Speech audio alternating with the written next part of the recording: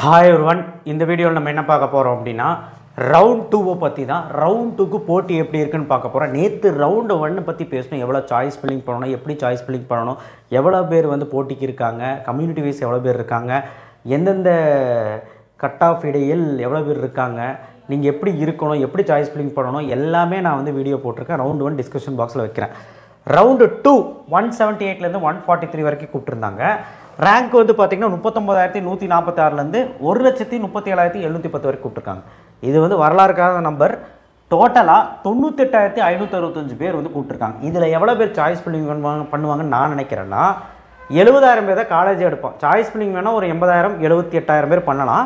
ஆனால் 70,000 பேர் தான் காலேஜ் எடுப்பாங்க. என்ன பாருங்கள், அது அப்படி தான். நாட் லெட்டர் வரும், இல்லை ஏதாவது தப்பு பண்ணிடுவாங்க, இல்லை வந்து பார்த்திங்கன்னா ஆப்சன்டீஸ் இருக்கலாம். ஸோ அதான். ஸோ இது வந்து என்னுடைய கணிப்பு. ஓகே, அடுத்தது இப்போ ஜென்ரலில் வந்து பார்க்கும்போது, ஜென்ரலாக ஓவராலாக வச்சு பார்க்கும்போது 2,39,299 பேர் இருக்காங்க. இப்போது நான் கம்பேர் பண்ணுறேன் பாருங்கள். இது உங்கள் ரவுண்டு 2 சரியா? ரவுண்டு 2ல் ஓசியில் எவ்வளோ பேர் இருக்காங்க? 3,657 பேர். ஓசிக்கு என்ன தான் எண்ணிக்கை அங்கே கம்மியாக இருந்தாலும் அதிகமாக இருந்தாலும் ஓசிக்கு ட்ரெண்டு வேறு. என்ன கட் ஆஃப் ரேஞ்சில் இருக்கீங்க? 172 143.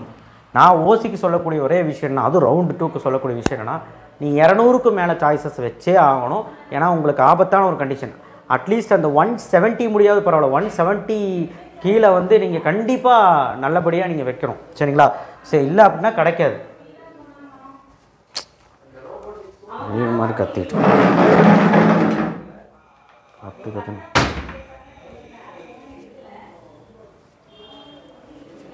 ஸோ 170 கூட பரவாயில்ல. 170 கீழே வரும்போது இன்னும் சாய்ஸஸ் அதிகமாக வரும். ஓசி மாணவர்கள் சாய்ஸஸ் அதிகம் வைக்க தான் உங்களுக்கு ஆப்பர்ச்சுனிட்டிஸ் இருக்குது.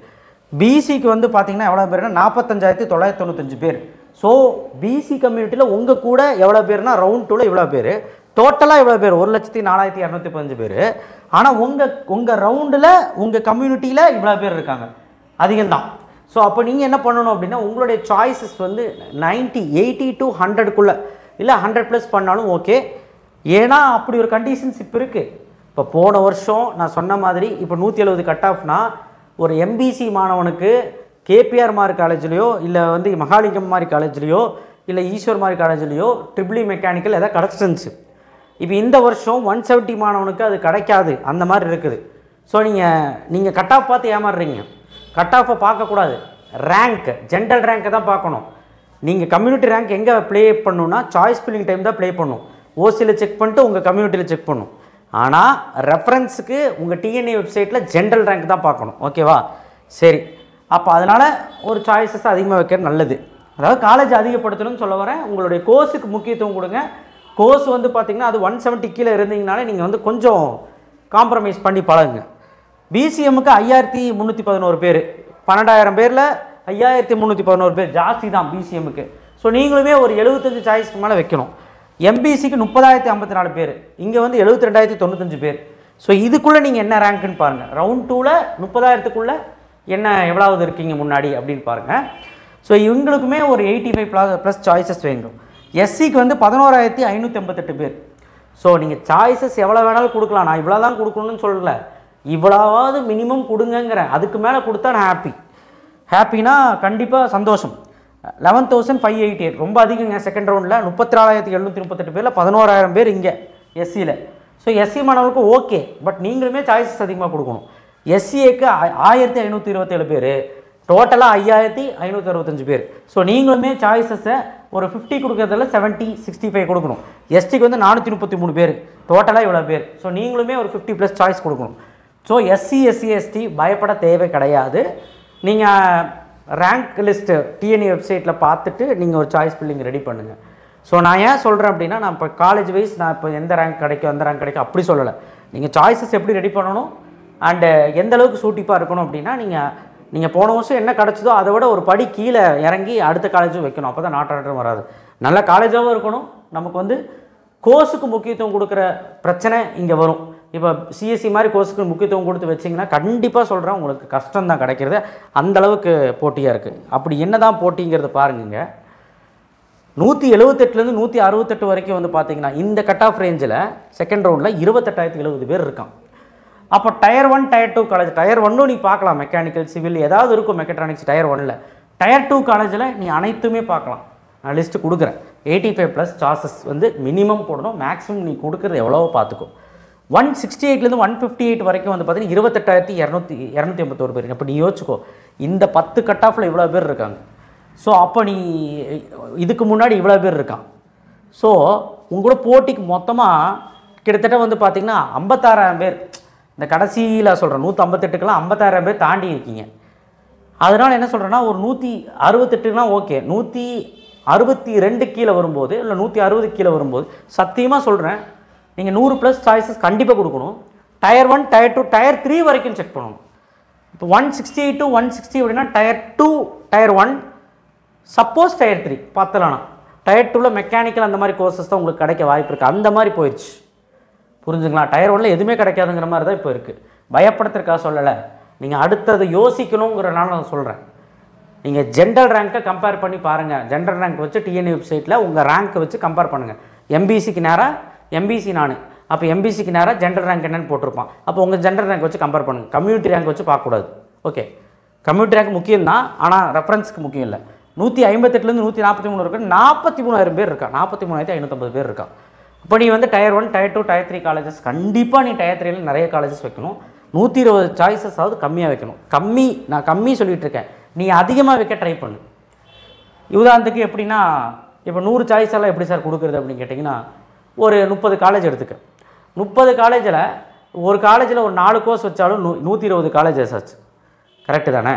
அந்த 120 சாய்ஸஸ் ஆச்சு. அந்த மாதிரி தான் நீங்கள் வைக்கணும். ஸோ 30 காலேஜ் நான் எங்கே சார் போகிறேன்? நான் ஒரு 10 காலேஜ் பார்த்து வச்சுருக்கேன். ஓகே, 10 காலேஜ் பாரு, டயர் 1ல் பாரு. கிடைக்குங்க, நம்ம கான்செப்ட் என்ன, கிடைக்காதுங்கிறது ஃபஸ்ட்டு வைக்கணும். கிடைக்குங்கிறது அதாவது கண்டிப்பாக கிடைக்குமா கிடைக்காதுன்னு ஆஸ்லேஷன் இருக்கும், நம்ம ரேங்க் கிட்டே இருக்கும். அதை வந்து நடுவில் வை. கண்டிப்பாக கிடைக்குங்கிறது வைக்கணும். இந்த மாதிரி தான் நீ சாய்ஸ் ஃபில்லிங் வைக்கணும். 3 கேட்டகரியை பிரித்து வைக்கணும். இல்லைனா உனக்கு நாட் ரேட்டர் வந்துடும். நான் பயப்படுத்துகிறேன்னு நினைக்காத.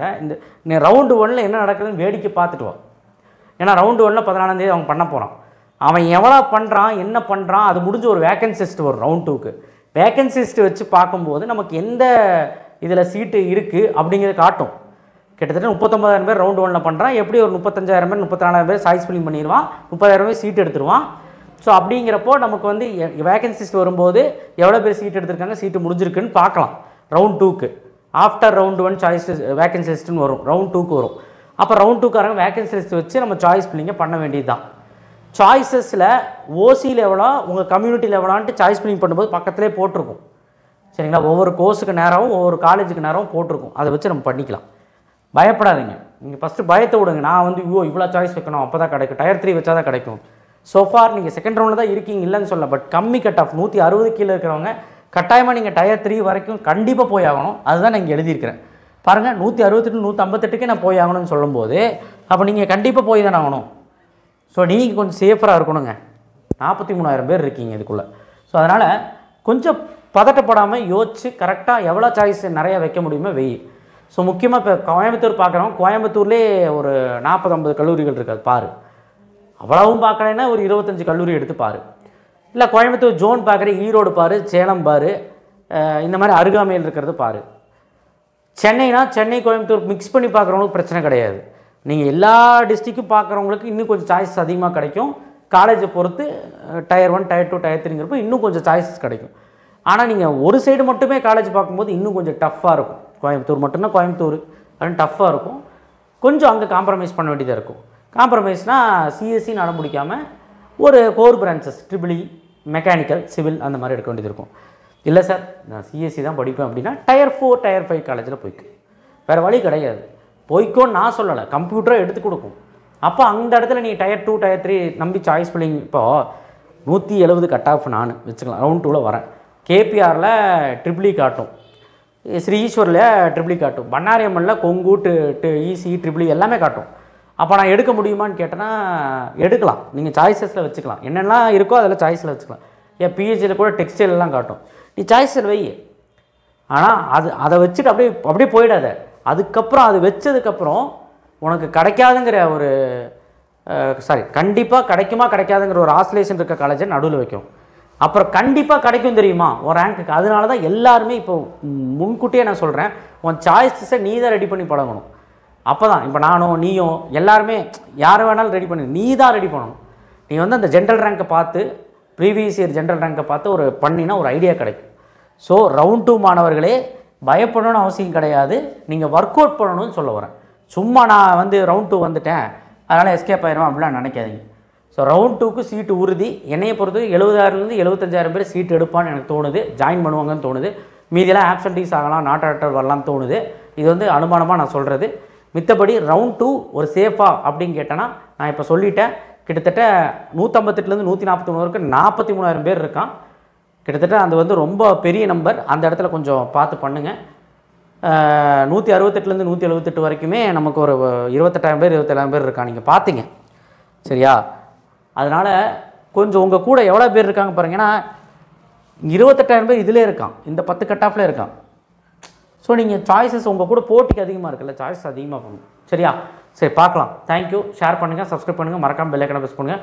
உங்கள் கம்யூனிட்டியில் எவ்வளோ பேர் போட்டிக்குன்னு நான் சொல்லிட்டு கம்யூனிட்டி ரேங்க்கை நீங்கள் பார்க்கணும் இல்லைன்னு சொல்ல. ஆனால் ரெஃபரன்ஸுக்கு ஜென்ரல் ரேங்க்கு, ஏன்னா கம்யூனிட்டி வச்சு தான் அங்கே ரிசர்வேஷனில் உங்களுக்கு சீட் எடுத்து கொடுக்கும். ஸோ அதனால் பயப்பட வேண்டாம். தேங்க்யூ.